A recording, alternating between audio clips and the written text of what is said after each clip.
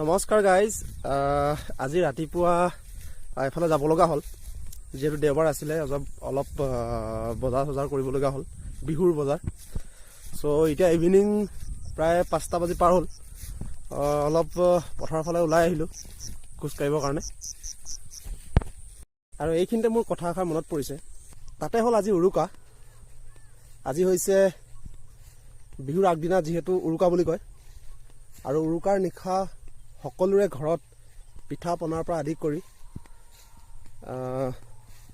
চাক বনোৱা বা অন্যান্য ধৰণৰ কাম থাকে। আৰু সকলো মানুহেই ব্যস্ত থাকে উৰুকাৰ দিনাখন। কিন্তু অলপ যেন সলনি হৈছে, আগৰ সেই মাদকতা যেন নাইকিয়া হৈছে। আমাৰ গাঁৱত বুলিয়ে নহয়, বহুত কেইখন গাঁৱত তেনেকুৱা ধৰণৰ মাদকতা নাইকিয়া হৈছে। আগতে ঢেঁকীত পিঠা খুন্দে, কিন্তু আজিকালিতো ঢেঁকী নুখুন্দে। মেচিন আছে বা অন্যান্য ধৰণৰ কিছুমান আহিলা আছে মানুহৰ ঘৰত। তো সেইটোৱে কথা।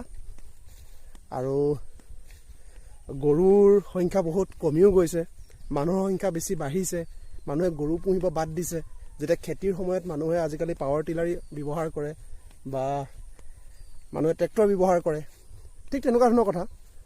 তো তাকে মই ক'ব বিচাৰিছোঁ, কিন্তু আকৌ ঘূৰি আহিব, আকৌ সেই পুৰণিকলীয়া সেই পদ্ধতি, সেই প্ৰচেছটো আকৌ ঘূৰি আহিব বুলি আশা থাকিল।